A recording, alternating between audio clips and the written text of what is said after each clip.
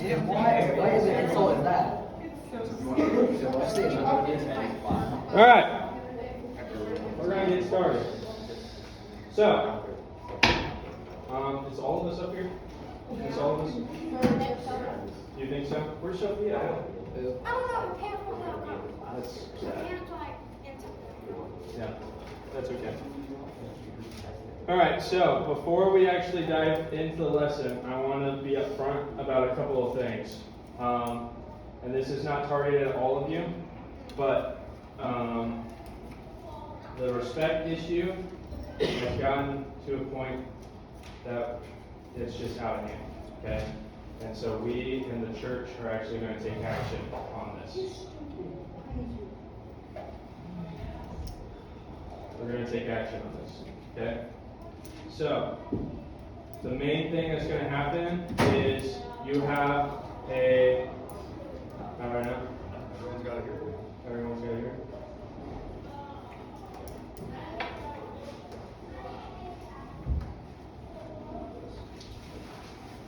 Thank you guys for cleaning it up.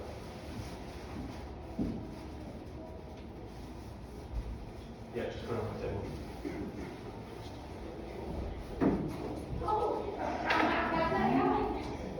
If you could close the door behind you, Jerry.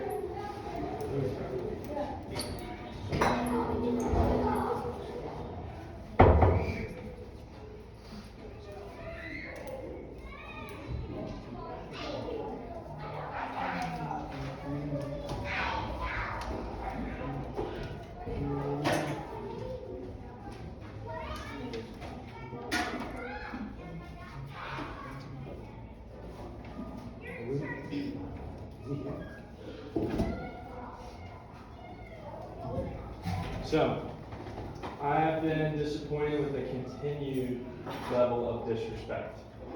So much so that the church is also disappointed with the continual level of disrespect that you guys have been showing, not just on Wednesday nights, but also on Sunday mornings.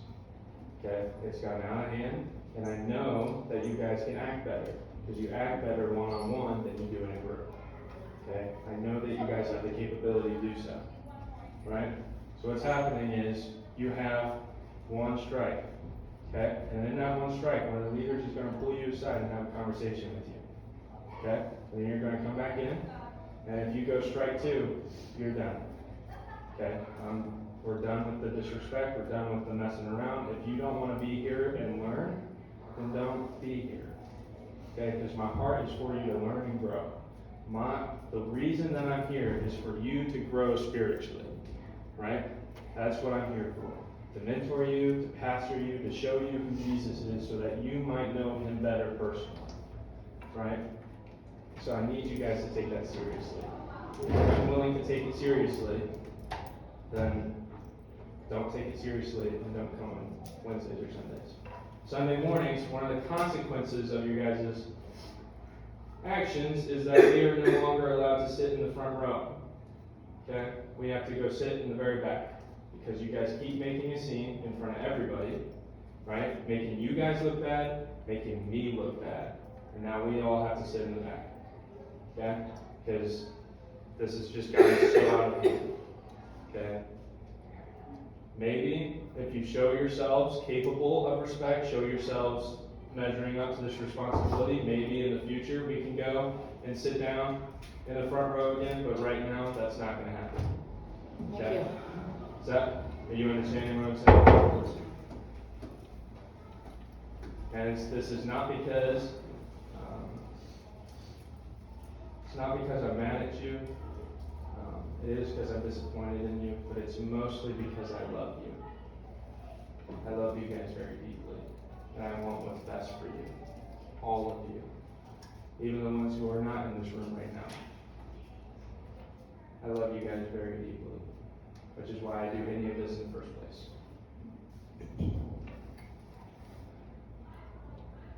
Does that make sense? What we're doing and why we're doing it? Do you have any questions about that? Okay.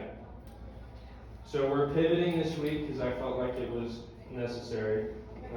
Instead of being in Proverbs like we started last week, we're going to be in Romans. Romans 8. So if you have not already turned your Bibles there, recommend you do so.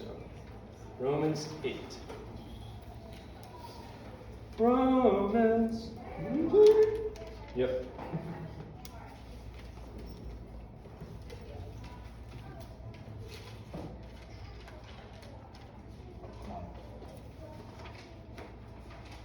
Oh, we did this on Monday. You read this on Monday? Yeah. Let's go, dude. That's awesome. So maybe you'll know all the answers to the questions that I'm going to ask. Maybe. Maybe. All right. The way that I want to set this up, okay, and what Romans 8 portrays, okay, and the reason why we're going to talk about this is I want you guys to know that you have a choice. You have a choice between two things, okay? You have a choice between living like Jesus or not. Those are your only two options. There is no other option. Okay? So that's what we're going to look at today. But I want to make sure that you guys know that you have a choice in the matter. Nobody is forcing you. Okay? It's on you. I cannot make the decision for you. You have to make the decision for yourself. And I know all of you, because I've had conversations with all of you, are very capable of making the right choice. So, Romans 8, we're going to be in verses 5 through 8, like it says on the board, because we're awesome. Who wants to read that for me? Yeah, you got it. I'm not gonna find it. Yeah. Those who live according to the flesh have their mind set on what the flesh desires, but those who live in accordance with the Spirit have their mind set on what the Spirit desires. The mind governed by the flesh is death, but the mind governed by the Spirit is life and peace. The mind governed by the flesh is hostile to God. It does not submit to God's law, nor can it do so. Those who are in the realm of the flesh cannot please God. Good job. So what do you think, the first line, okay, what do you think it means to live? Some of your translations may say something different, but we're going to go off of mine and what I've read. What does it mean to live according to the flesh? What we want to do. Okay, yeah. We're going to be doing what we want to do. Do you guys have an example of doing what you want to do versus doing what you know you should do?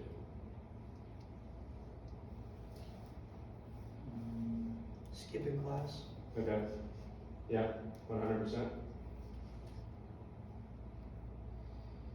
Yeah. I mean, there's partying, drinking, there's basically smoking too. There's like a whole bunch of things I can list on what this means. Yeah. So doing what you want to do, and so then even living according to the flesh is doing what other people want you to do. So like peer pressure. Like if somebody's like, hey, we're going to go do this thing, right? And you should come because it's going to be so much fun. But you know better, right? What is your response? Am I going to live according to the flesh and do that with them? Or am I going to make the wise decision and do something different? So yeah, that's good. That's good. Now, what the passage says is, for those who live according to the flesh, set their minds. What does it mean to set your mind on something?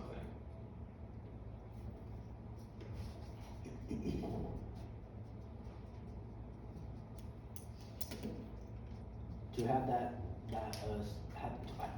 I would think to like let that be the main focus, like Okay. for long, like be your main pinpoint. Yeah. What you're locked in Yeah. on. Yeah. What you're locked in on. Like a goal. Okay? Yeah. Well, if I set my mind to something, I'm trying to achieve that. So how do you set your mind on the things of the flesh? Like the things that we want to do. What does that look like? When I set my mind on doing something like that, what does that look like?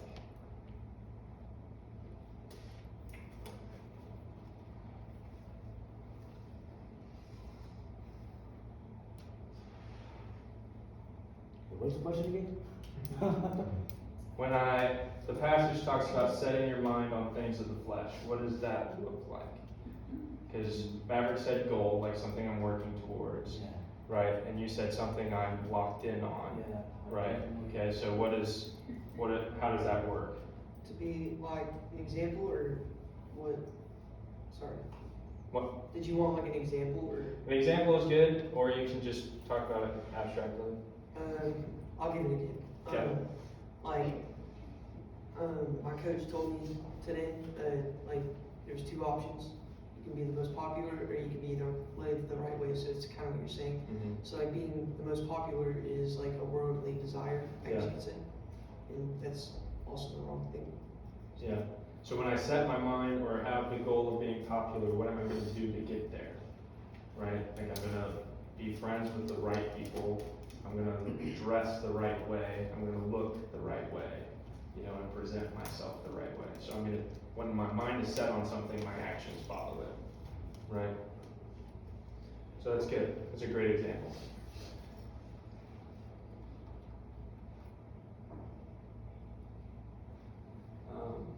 In my life,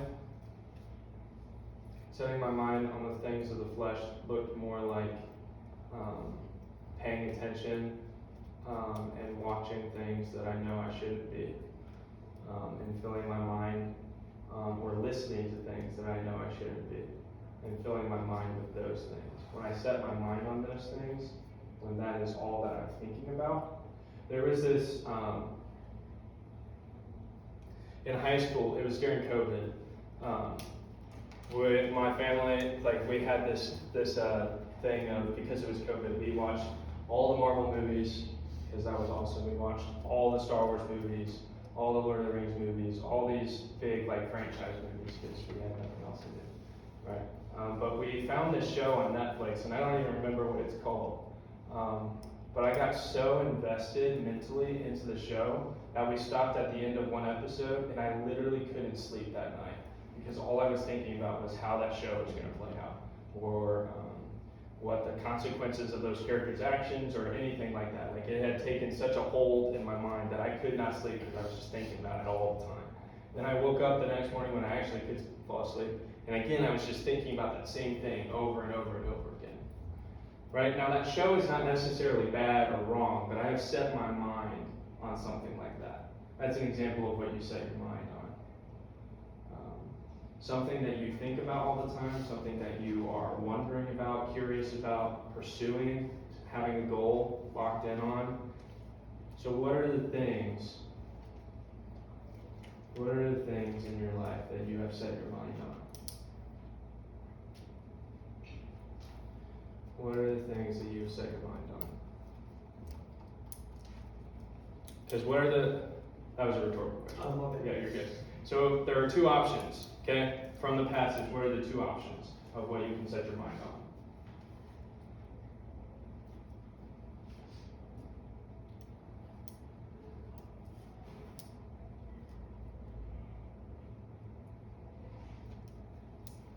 Do we need to read the passage again? Why? What the flesh desires and what the spirit desires. What the Spirit desires. Good. Good. So what do you think is the difference between what the flesh desires and what the Spirit desires? The spirit is what God is telling us to do, and the flesh is what our bodies want us to do. Okay. Yeah, so doing what I want to do versus doing what God wants me to do. So how can I, right, it says set mind on the things of the flesh, according to the flesh, and then set your minds on things according to the Spirit. So how, if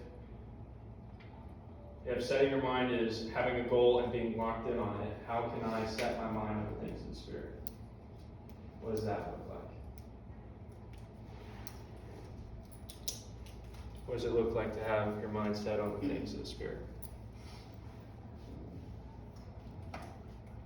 There's a lot of answers, so we're just going to write them all. Yeah. Not giving in to like the peer pressure to not. Okay. So, Spirit, we're going to do flesh. Sorry, can you repeat the question? So, versus, okay, so let me write down Bailey's answer first.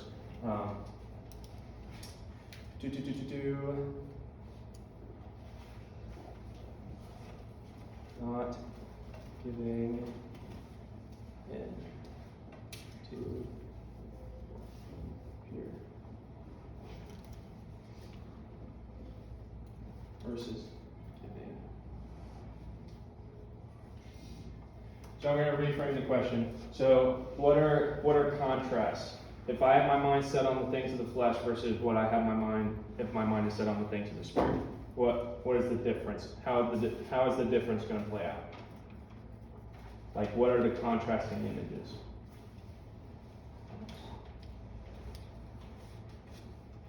Oh, sorry. Not giving in to temptation. Okay. So, yeah. Temptation. What is temptation?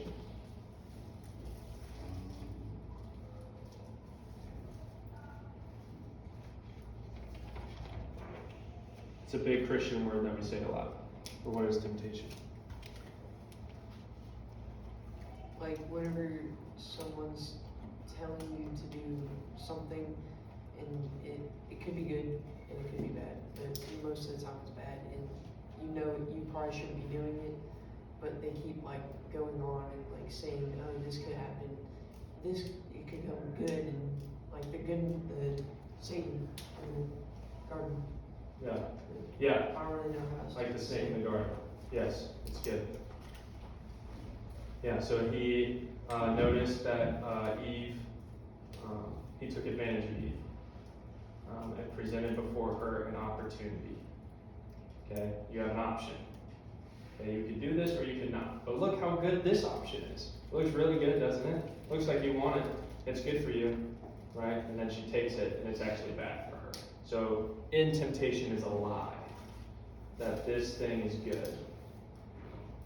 Does that make sense, what I'm saying? And that's very abstract. It's more.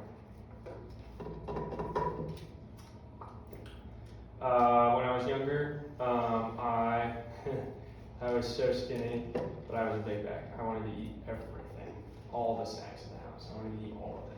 And so I would go behind my parents' back and go sneak food out of the pantry because I was so hungry. But I didn't want to ask them for some reason, even though they would have given it to me. I don't know why. That's kind of dumb of me looking back on that. But I remember like sneaking food out of the pantry, right? And so I want something, right? And there's two possible routes that I could take. I could go ask my parents and get the food, or I could try to sneak it behind their back and get it and steal it and eat it, and they would never know, right? So that's temptation. What am I going to do with this opportunity? I'm going to do the right thing or the wrong thing, okay? Temptation in and of itself is not sin, okay? You feel tempted, I felt tempted, Jesus felt tempted, right? By Satan in the wilderness and then in the garden. He felt tempted. So being tempted is not sin, it's very normal. But what are you going to do with that temptation? Then that's when it becomes sin.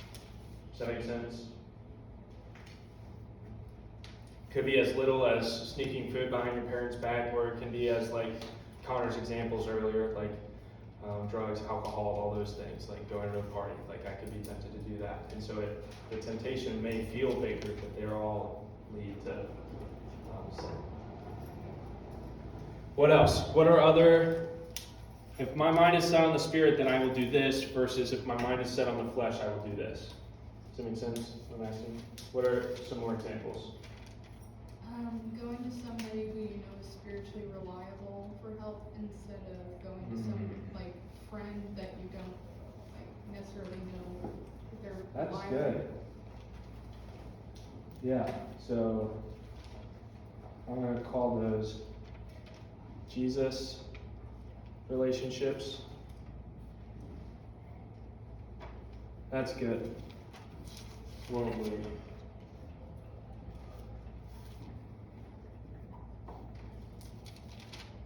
Yeah, thank you for bringing that up.